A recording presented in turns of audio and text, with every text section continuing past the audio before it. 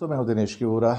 घर हो तो ऐसा इस कार्यक्रम में आपका बहुत बहुत स्वागत है। आज हम एक बहुत महत्वपूर्ण इशू उठाने जा रहे हैं घर के बारे में, और वो इशू है कई बार पुराने फर्नीचर के बारे में, एंटीक फर्नीचर के बारे में, पुरानी पेंटिंग्स के बारे में, मूर्तियों के बारे में, स्कल्पटर्स जो होते हैं, जो मास्क हैं उसके बारे में, या कोई ऐसी चीज़ जो कि आपको कहीं जाते हैं बाहर वहाँ से ख़रीद कर लाते हैं लेकिन वो दिखने में इतनी प्लेजेंट नहीं होती है, उनके बारे में।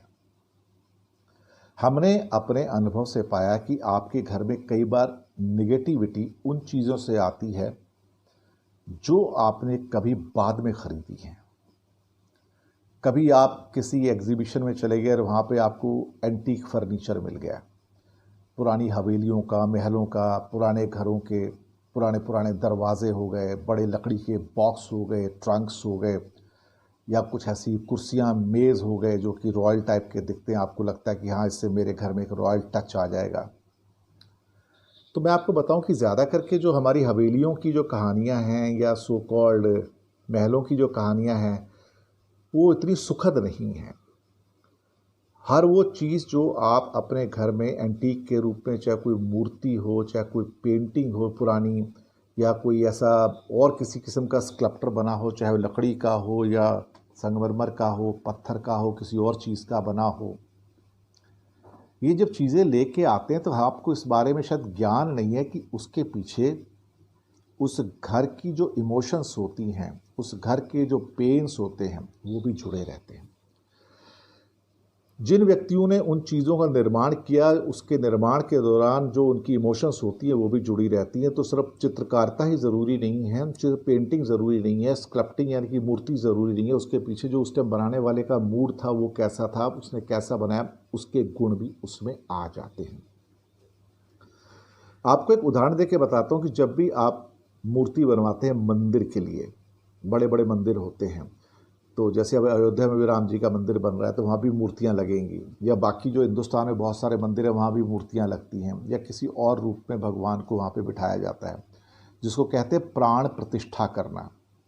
लेकिन उससे पहले जो भी मूर्तियाँ आती हैं, जो आर्टिफैक्ट्स आते हैं बनकर एकदम से नए, उनका शुद्धिकरण किया जाता है। मालूम है, जाने कितने मंत्रों से, जल से, साथ में उनके ऊपर शहद, दूध और बाकी सब चीज़ें, ताकि उसके ऊपर जितनी भी इमोशंस हैं, जितनी भी छाया है, जितने भी विचार उसके ऊपर जब उसको बनाने के दौरान में मूर्तिकार को या पेंटर को आए होते हैं तो वो दूर हो जाए, उन सब दोषों से मूर्ति बिल्कुल शुद्ध हो जाए। और उसकी एक बड़ी लंबी प्रक्रिया है, और जब वो शुद्धिकरण की, जो प्योरिटी की या प्योरीफाई करने की जो रीति होती है, जब वो पूरी हो जाती है तो उसके बाद ही उसके अंदर उसकी प्राण प्रतिष्ठा की जाती है, बड़े बड़े मंत्रों के द्वारा, मंत्रोच्चार के द्वारा, पूजा पाठ के द्वारा। और बहुत सारे पंडित जी आते हैं, वो पूरा विधि विधान के साथ उसको स्थापित करते हैं, प्राण प्रतिष्ठा करते हैं। ये सब इसलिए किया जाता है कि जब मूर्ति बन के आती है तो मूर्ति एक हाथ से बनती है। जो शिल्पकार होता है, जो मूर्तिकार होता है, उसको बनाता है, स्कल्पटर जो होता है उसको बनाता है। तो जब वो किस चीज़ को बनाता है तो उसके इमोशंस उसके अंदर आ जाते हैं, उसकी जीवंतता उसमें आ जाती है। तो हर कोण से जब आप देखोगे तो मूर्ति उसके जो कलाकार है उसको महसूस करती है, उसके इमोशंस को महसूस करती है। लेकिन जब वो मंदिर में आती है तो उसका शुद्धिकरण आवश्यक है। वहाँ पे उस मूर्ति के अंदर कोई थॉट प्रोसेस नहीं होना चाहिए, कोई इमोशंस नहीं होने चाहिए। नहीं पता कि वो मूर्ति एक अच्छी सोच के साथ बनाई गई, बुरी सोच के साथ बनाई गई, या कभी कभी कुछ दिन तो सोच बड़ी अच्छी थी तब बनाई, और कुछ दिन सोच अच्छी नहीं थी, मन परेशान था तो भी मूर्ति बना दी। तो वो सारे गुण मूर्ति के अंदर आ जाते हैं। तो वहाँ पे उसकी शुद्धि या प्योरिफिकेशन बहुत ज़रूरी है, और ये लंबा प्रोसेस है। जब पूरा का पूरा प्योरिफिकेशन हो जाता है उसके बाद फिर प्राण प्रतिष्ठा की जो प्रक्रिया होती है उसको पूरा किया जाता है। अब आप सोचिए कि जब आप कोई इसी टाइप की एंटीक मूर्तियां जब खरीदते हैं, किसी महल की, किसी हवेली की, तो वो ना जाने कितनों के हाथ से गुजरी हैं, कहाँ रखी गई थी, उसके बाद किन किन ने उनको देखा, किस नज़र से देखा, कैसे इस्तेमाल किया, ये सारे की सारी इमोशंस उनके अंदर आती हैं। और ये सारी की सारी इमोशंस उन पुरानी पेंटिंग्स में भी आती जो आप खरीदना चाहते हैं। ठीक है, पेंटिंग्स को तो धोया नहीं जा सकता, जो एंटीक मूर्तियां खरीदती हैं उनको भी आप नहीं धोते हो, जो एंटीक फर्नीचर आप खरीदते हो, कोई बॉक्सेस हैं, कोई कुर्सी है, कोई मेज है, कोई दरवाज़ा है या कुछ और फैंसी टाइप की आइटम है, तो आप उनको वॉश तो नहीं करते, आप उनका कोई प्योरीफिकेशन तो करते नहीं हैं। जब नहीं करते तो ला के आप ऐसे ही रख देते हैं उसको। और कई तो आजकल डीलर ऐसे हैं कि वो कई हवेलियों में जाके, पुराने घरों में जाके इस टाइप का फर्नीचर खरीदते हैं, उसको थोड़ा रिपेयर करते हैं, रिपेयर करके उसको नया रूप देने की ट्राई करते हैं और दे देते हैं, लाखों रुपए में बेचते हैं और लोग खरीद के ले आते हैं कि ये हमारे घर में एक एंटीक फर्नीचर है, अच्छा लगेगा। लेकिन आपको शायद पता नहीं कि आप अपने साथ शायद एक मुसीबत खरीद लाए हैं। अगर आपको इतना शौक है उस टाइप की मूर्ति वगैरह खरीदने का या उस टाइप की कोई चीज़ें खरीदने का या एक फर्नीचर खरीदने का एंटीक, इससे अच्छा हुआ कि नई लकड़ी ले लीजिए और उसके जैसा प्रतिरूप आप बनवा लीजिएगा अपने घर में उनको दे के। तो कारपेंटर तो बना सकता है ना हर चीज़ को, फोटो दिखाओ तो बन जाता है आराम से। उस ज़माने में बनते थे, अब भी बन सकते हैं।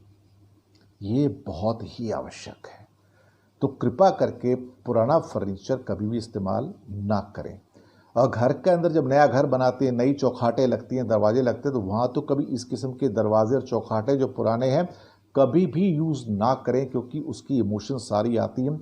हो सकता है आपके घर में ऐसी ऐसी एंटिटीज़ आ जाएं, आत्मा आ जाए या भूत प्रेत का वास हो जाए जिससे आपको छुटकारा ही ना मिले। तो घर में हमेशा नई लकड़ी लाएं पेड़ से और उसके बाद उनका थोड़ा पूजा पाठ करके तब उनको इस्तेमाल करें। ऐसे ही बहुत बार लोग कई देशों में जाते हैं या किसी एग्जीबिशन में जाते हैं, मार्केट में जाते हैं, कुछ मास्क वगैरह लेके आ जाते हैं, कुछ वुडू मास्क वगैरह रहते हैं। आजकल बहुत सारे पश्चिम ऐसे फेस्टिवल हैं जहाँ पे अजीबोगरीब भूत प्रेत टाइप के मास्क लगाए घूमते हैं, फिर उन मास्क को लेके लोग घर चले जाते हैं। साल में एक दिन तो पहना जाता है। हम हिंदुस्तानी भी जब कभी कभी बाहर जाते हैं विदेशों में, तो उनको कभी यूरोप से, कभी अमेरिकन, लैटिन अमेरिका कॉन्टिनेंट से वो चीज़ें ले आते हैं। बहुत सारी जगह ऐसी हैं जहाँ पे उनकी जो लोकल कल्चर होती है, जो बेसिकली के ट्राइबल कल्चर होती है, तो वहाँ पे इस किस्म की चीज़ें बहुत मिलती हैं जो कि हा हा हू करती हैं। तो वो चीज़ें कभी मत खरीदिए, क्योंकि उनके पीछे भी इमोशंस हैं और जब उनको खरीद के आप अपने घर पे लेकर आएंगे तो अपने घर में आप मुसीबत ला रहे हैं। तो ये जो मास्क हैं, जो इनको वुडू मास्क भी कहते हैं, कई और किस्म के हैलोवीन मास्क वगैरह कहते हैं, या कई और किस्म के मास्क हैं जो बाज़ार में बहुत सारे बिकते हैं, ख़ास तौर से उन्हें कभी मत खरीदिएगा। ये मैं जो बेचने वाले हैं उनके विरुद्ध नहीं जा रहा हूँ, लेकिन ये हमारे जो ख़ास तौर से गृह संरचना के जो नियम हैं, जो विश्वकर्मा जी के नियम हैं, मैं उनके अनुसार आपसे बात कर रहा हूँ। तो इनको कभी ना खरीदिएगा। तो पुरानी मूर्तियों में, पुरानी पेंटिंग्स में, पुराने कुछ इस किस्म के जो फर्नीचर्स हैं या मास्क है या पुरानी ऐसी कई चीज़ें जो हवेलियों से वगैरह से, पुरानी बड़े बड़े घरों से निकली है, सावधान रहिएगा। दूर रहेंगे इनसे तो अच्छा है।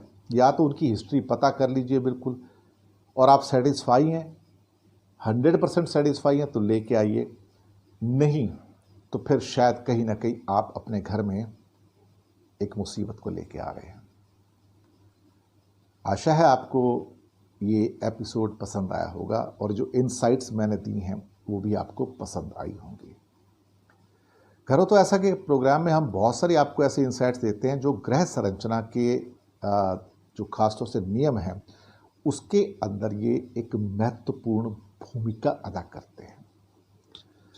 नीचे ईमेल एड्रेस दिया हुआ है, आप बताइए आपको ये कार्यक्रम कैसा लगता है और अपनी फीडबैक भी भेजिएगा। लिंक्स आगे भेजिएगा ताकि लोग इस चैनल को सब्सक्राइब कर सकें। बहुत बहुत धन्यवाद आपका। घर हो तो ऐसा से दिनेश के वोरा को दीजिए इजाज़त। बहुत जल्दी आपसे होगी मुलाकात।